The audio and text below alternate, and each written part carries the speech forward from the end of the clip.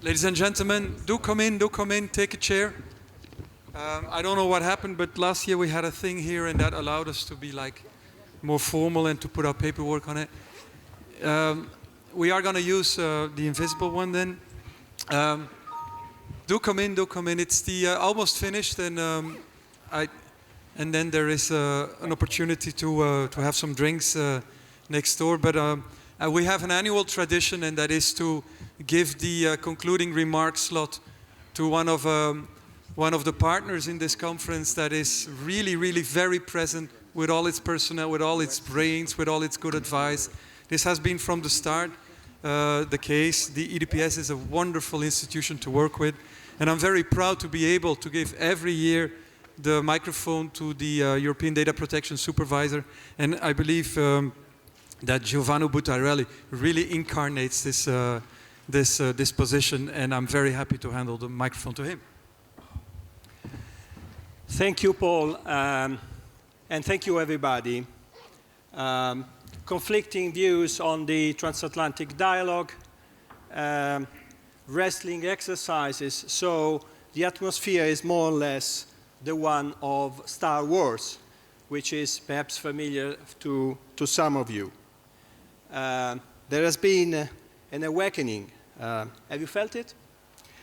So I'm referring to this conference, CPDP, the power of ideas, innovation, frank and open exchanges of views.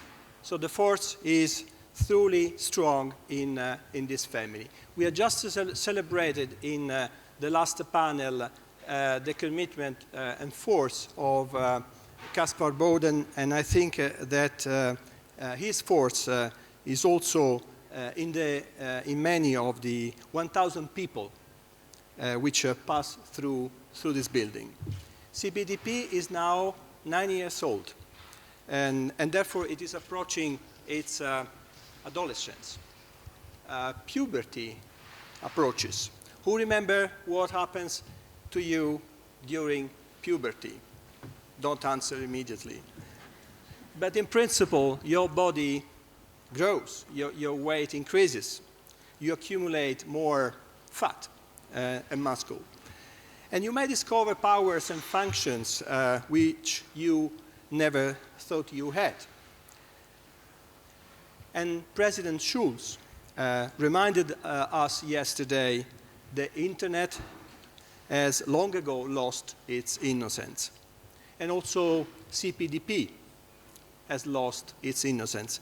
But this is not necessarily a bad thing. CPDP began to be a one-day event. This week it has been 4 days, 70 separate sessions over 4 days, starting on Tuesday with a clash of lightsabers between Peter Swire and Maximilian Schrems, and with an assembly of Rebel Alliance, also known as the Privacy Camp Annual Civil Society Meeting. There have been have even been calls for CPDP to provide a crash, perhaps next year an hospital, don't know, what else? So the next generation of data protection Jedis can begin to learn to master the good side of the force. When I had the privilege last year to give the closing remarks here, I described this event as the epicenter for creative ideas, sharp analysis, and fierce debate on privacy and data protection. And I call it as a great international democratic coffee shop. This year, we'd like to go further.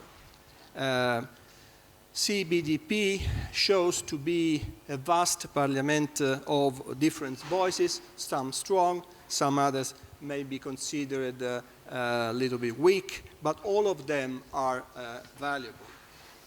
CPDP focus on the future, on visions that may impact technology, laws that are going to have in years to come and even decades to come. So from toys to listen, what innovative item, Paul, the dark side of the force, to digital accountability and ethics, and this is clearly perhaps the good side of the force. So this year the theme has been, as you know, invisibilities and infrastructures. So the technological aspect of the conversation on privacy and data protection has been bigger than ever.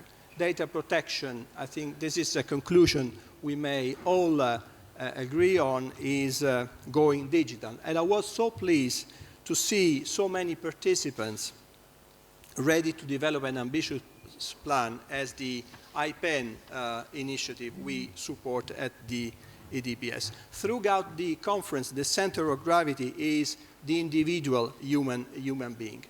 Let me quote now the third recital of the European GDPR. The processing of personal data should be designed to serve mankind.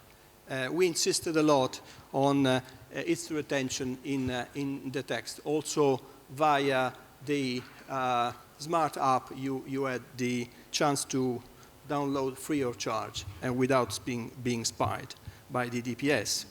So this sentence needs to be repeated over and over again when companies and government implements the rule, when the independent data protection authorities enforce the rule. So in the great galactic republic of computing, data protection and privacy, we are discovering new regions which are relevant, such as global trade rules, intellectual property, competition law. And these were all themes which have been explored at this conference once again.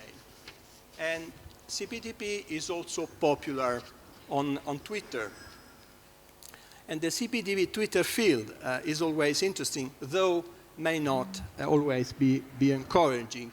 But all in all, it is testimony to the diversity of views, intellectual integrity, space for dissent, even subversion, and we must always have that space. To go back to Star Wars once again, do you remember the words of Queen Jamelia? We must keep our faith in our republic. The day we stop believing democracy can work is the day we lose it. So this is a global conversation. And last year, Professor Graham Greenleaf counted, as you know, 109 countries approaching to a modern generation of data protection laws. And for the first time, Europe countries are in minority. So Europe continues to be, seems to be, a thought leader on data protection, but this is not guaranteed to last forever. And I'm glad to see that we have many friends at this year at this conference from Asia, Africa, Latin America, and I will be spending time with them this year as EDPS as part of our efforts to build the privacy bridges to all regions in the world in the interest of the individuals. I know what you are thinking of, pending negotiations on the elephant in the room. And therefore we mentioned the bridges. So you may be tempted to say, what about harbors? Will they be really safe? And for whom? And for how long? So my preliminary recommendation to the negotiators builds on my fellow Roman citizen. Errare humanum est, perseverare diabolicum. So don't do it again. But if you follow me this evening, flying back Rome, you may see some modern Roman citizen. They may say, shit happens. And it's natural to screw up from time to time. But please don't make the same mistakes. So we may agree that Europe and our old partner, the United States, are at a strategic moment. I think globally speaking, we all welcome new sustainable solutions. This is important not only for the flows across the Atlantic. It is also important for setting a strong model for flows across the Pacific Ocean, the Indian Ocean, the South China Sea, and more specifically with regard to the safe harbor, the negotiators have to find a solution which is not only legally defensible. It must be credible. It must be persuasive. It must be morally sustainable. So a deadline looms for an agreement. Some might say it is an artificial deadline, but please consider, and that's another recommendation I would like to share with you, this is not the January sales. So we cannot shortchange the citizen and her and his right. The European Commission needs to be able to do its job, the guardian of the treaty, which includes the Charter of Fundamental Rights. And speaking about uncertainty, we must find solutions that do not create more uncertainty. And please, forget FAQs. I don't think it's a good idea to put them into a legal text. Move towards explanations, clear and honest.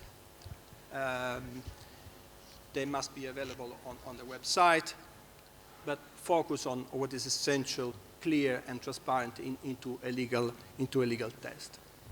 And I would like to leave you with a kiss. Kiss means keep it simple. Don't put this dossier into the hands of the OXA office. It's a virtual office around us. It's the office for the complication of simple affairs. And I think that a text which is so crucial can be understood, can be easily implemented, can be easily enforced. There is no space for ambiguity. So this is the homework, in my view, for the negotiators over this particularly busy weekend. So let me really conclude. Let me please say thank you. Let me congratulate Paul de Hert, all his team who have worked so hard for months to bring this event together.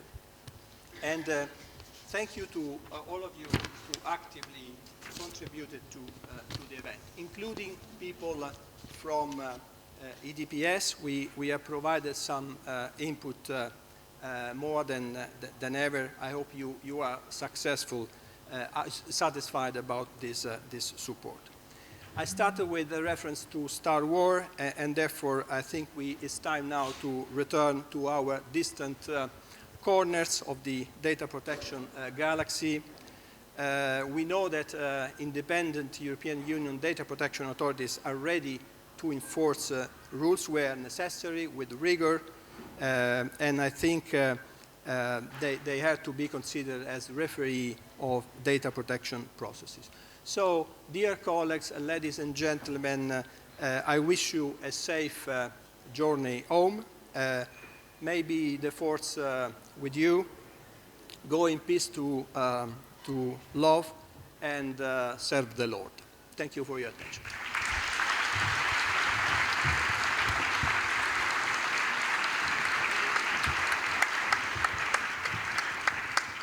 Thank you, Giovanni.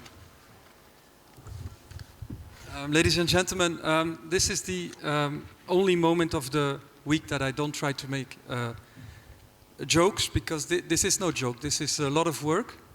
A work that has been happening here when the panels were running, and work that has been done before to organize this conference. And I'm going to show you 4 slides, and then that's all. That's my promise. We are a Brussels conference, and there has been a lot of debates on some of the logos, but I would you to like to consider all the logos. They're all very precious to me. And this conference has been organized by some physical people, and the logos try to remind us of the amount of critical mass present in this town. That is the world capital on data protection law. And I hope that this capital can inspire and continue to inspire the rest of the world. And so I'm insisting on it. This is a work of many people. We have developed practices to consult those people, to get their opinions, to make these panels, to shape these panels. And the involvement of all these people is incredible. And I only realized this conference that with this heavy, heavy deadline, this weekend, that with that in mind, all these people were still here, still giving the best, and in a way that I think is unbelievable. With that deadline in mind, I wouldn't even come to this conference. But they did. And what I also think is remarkable, and I thank Giovanni, but I also is I think there is compared to the first editions, what we see is that the European identity and the European self-confidence is growing, and it also translates in an eloquence that is growing every year. And the leading examples are, of course, Paul Nimitz, Giovanni, Max Schrems. When they say something, it's always very intelligent and very to the point. The English is there. I would also insist on that. So before we needed a lot of Americans and British to have high-level dialogues without errors, but we can do it with more nationalities now, and I think that's very important. There is something changing, and I think it's enriching the debate. And so this is my first remark. Thank you all those in Brussels, and thank you all the institutes that came to Brussels for this event. I've organized panels from far away, and thank you all the academic universities from many continents that have dared to come over and present results and wisdom and insight at this conference. It's remarkable. And so there will be established traditions in the future. We hope to stage this Casper Bowden panel every Friday afternoon. And I think that the statement there is get the critical mass here so the public can better understand. And I think the critical mass should be there. It's there. We have noticed it. But it is our job to get it here. And I think with the last panel and with many other panels, we proved that we had the balance right. But as I said before, if you think the balance wasn't there, tell us, and we will go to Rome and receive punishment. And that is, yeah. And then I would like you to look at these people, because if there's a CPDP secret beyond the institutions and the partners, it are these two beautiful people that are the masterminds of the program. And I think that the program is what it is. I haven't met too many people who dislike the program. On the contrary, there were many panels that were competing in terms of excellence, quality, often running at the same moment. And Rosamunde van Brakel, working at the Free University of Brussels, and Dara Hallinan, working at the Fraunhofer Institute, should get, I think, I would propose it now, a warm applause. Yes, I could say that. Yeah. No conference without these two, and Rosamunde is facing pregnancy. I think it's a threat, at least to me, and the creche will be organized next year to have her back. And Dara has a small child, and if there were sloppy meals, it all had to do with this biological calendar. That is, we're humans, and we're humans under pressure. And to divide that pressure, we have, of course, a wider programming committee helping us, Alessia, Alexander, Paul, I don't know who that is, the extended programming committee with Ronald, who is not here, Dennis, Malavika, and Omer, and then all these beautiful peoples. I've written down their names because I know them by heart, but I'm not going to make any error here. Bram, Marlies, Carleen, Els, Lawrence, and Evienne are people who have made this conference possible, and behind them many other students, and this wouldn't have been possible without them. Thank you all. Yes, it's again, yeah.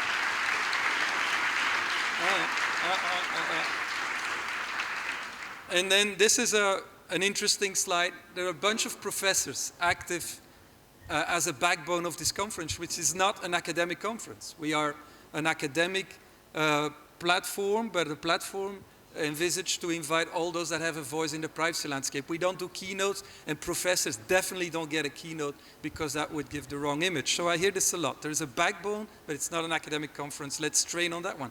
Now, these people are nevertheless a backbone, and without a backbone, no conference. And the composition of this scientific committee is changing. Some have been there from the start.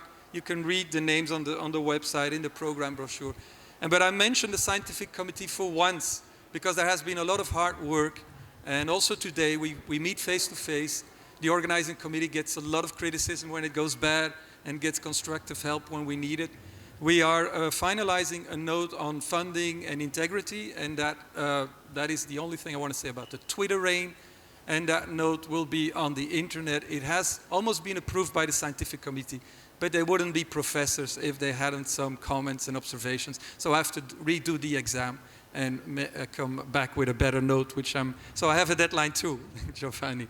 And so, but an enormous respect for that scientific committee. They have been all over, and even the latest panels have been well guided by them. I could name some of them, but I would really express my gratitude to them, and I'm doing it all the time. It is a very valuable instrument in the search for transparency, accountability, even of a conference. And so two more things. There is an upcoming conference next year.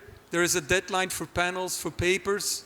I wish you would get that date in your agenda. And there is, this evening, there is first of all a drink, and then after the drink, I hope you do something else than being in this building, but I hope also you come back because there is a party.